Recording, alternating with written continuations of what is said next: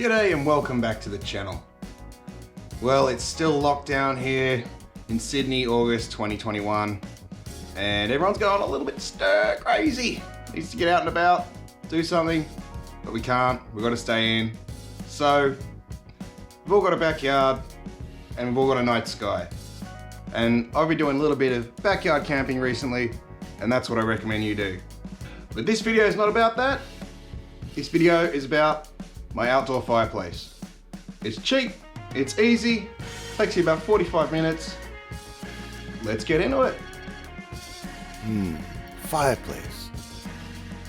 So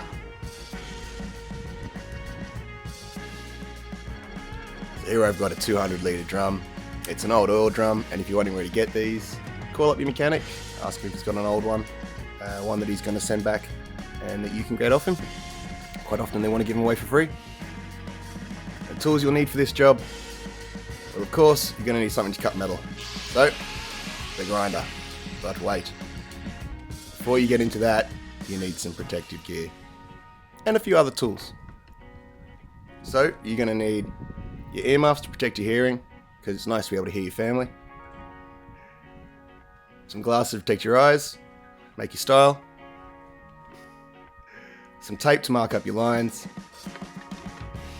and some extra discs, because you're gonna smash through a 4-inch disc pretty quick, especially if you're using thinner blades.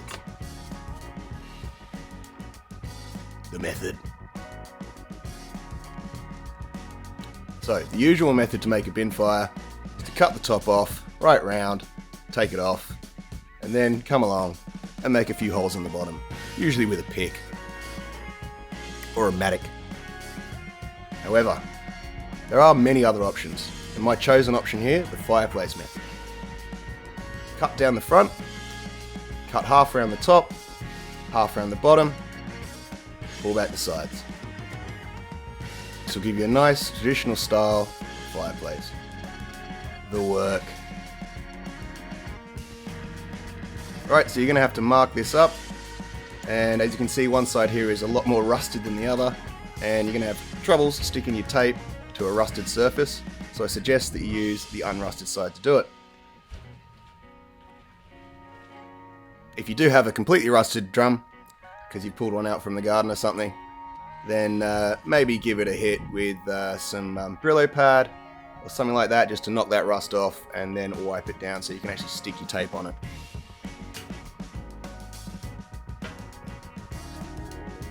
Right, so there I've marked up my central cut. I'm just going to straight down that. Now I'm going to mark the top, which I'm going to bring up to the top. If I can get a straight line, that is. But I do just want to show how, it's not incredibly important to get a straight line when you're making a bin fire, unless you're making a really nice ornamental one. And you can take this right up to the point where you put a chimney on it, put hinges on the doors and whatnot, but I'll show you that later on. So then I would cut that and repeat the process on the bottom. As you can see, I'm not doing it right at the bottom there, so that I've got some sort of lip to hold the fire in. You might notice that that is not a straight line. So I'm marking the ends of the tape, making the ends of the tape 180 degrees around the drum from each other, and I'm doing that by just folding the edges up. Again, it's only by eye. Making the cut.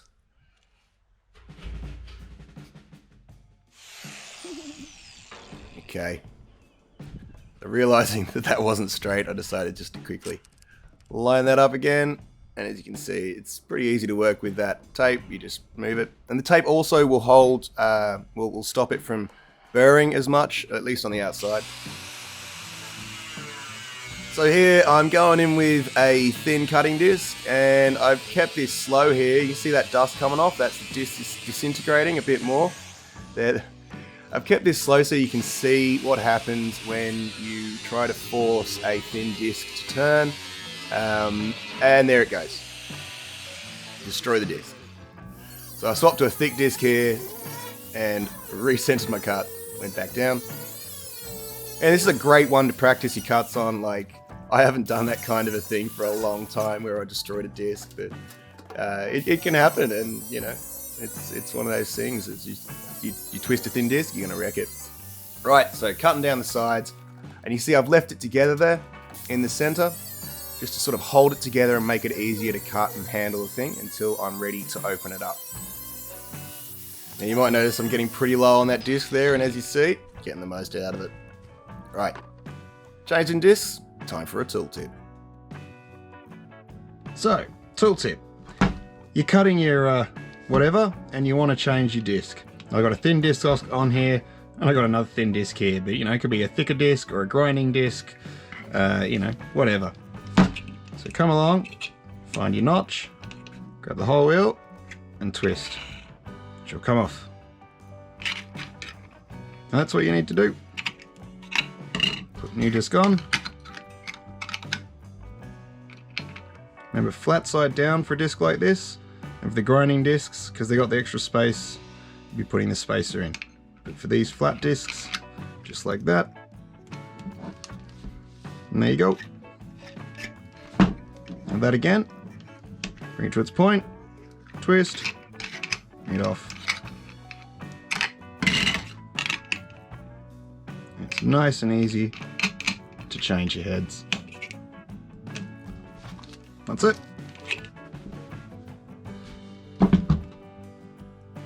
One last point. So unfortunately, if you've got a little tiny bit like this, you're going to find it difficult to get enough torque to undo this without the tool.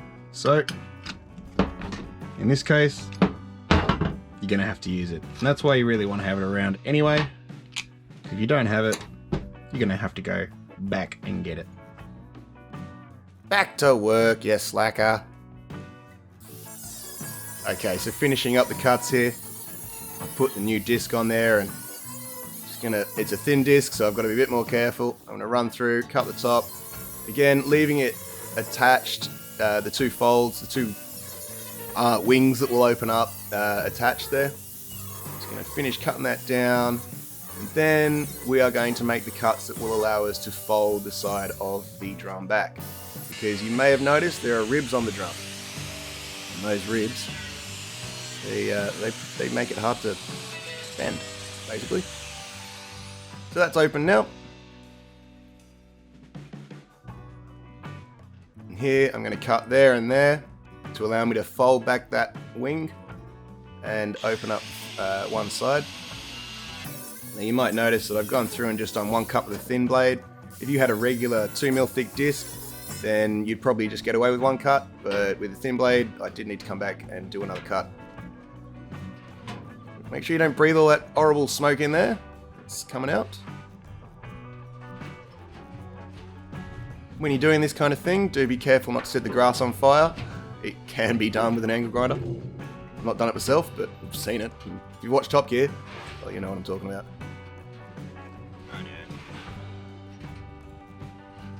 Here I've just realised that I have to make those cuts thicker in order to fold back the wings.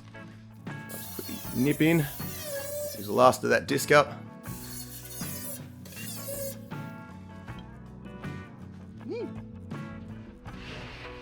Alright, now so to fold back the wings at the front of the fire, you're going to have to bend those bits there, and I suggest that you use a rubber mallet and not your hand or knees, as they will, you know, you could hurt yourself. No, I didn't hurt my hand doing this, but it is something that you could do. And please, for the love of your skin being intact, wear gloves. Do not do this job without a set of gloves. I should have mentioned them earlier, but the edges of this are going to be quite sharp, and you need to have some hand protection. There you go. I've opened her up. And that's it. There she is. But not quite finished yet. And as you can see, there's quite a bit of oil still in there. I wonder if there are any sharp edges I should get rid of. Shit, the whole thing's got to go. So, if you wanted to take this a bit further, you would basically get a couple little points weld some metal points in there once you clean it out. Put some holes in there. Put a grill in it. Holes in the back. Put a grill there. Smooth the edges off and hinge the doors and smooth the top.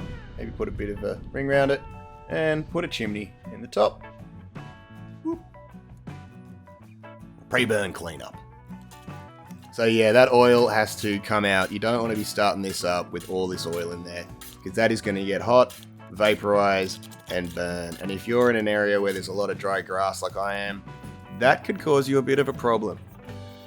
You need to be careful about this. Oil and fuel in bin fires are very dangerous things. And if you've ever seen a air fuel explosion out of a frickin' drum fire, then you'll know what I'm talking about. If you haven't, well...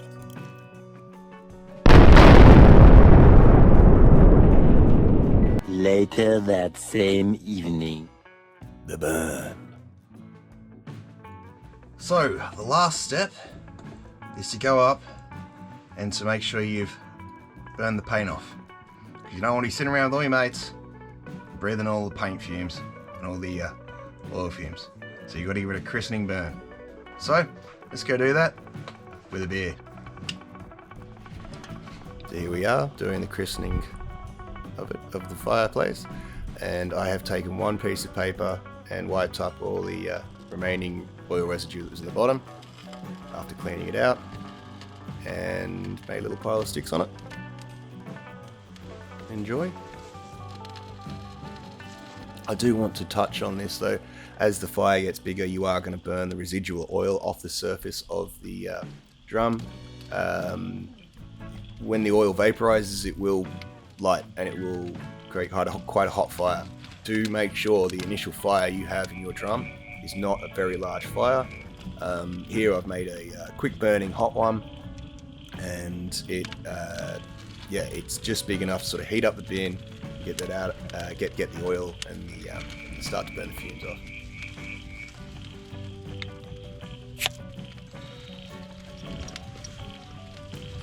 Cheers.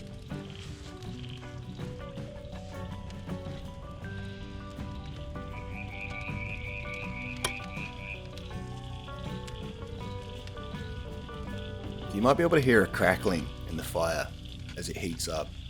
And that's the oil. And that will continue that crackling sound until you've removed the oil from the fire. That's a good indication of when the fireplace is, in some regards, safe to use as a fireplace. It's very easy to have, if you feel too big of a fire here, have it get out of control. Or if not out of control, start to throw embers quite a distance and into the bushes around you. And if you're in a tight situation where, there's a lot of dried bush not far off and grass around you that's seems to have seen a dry winter. I don't know, a bit odd that.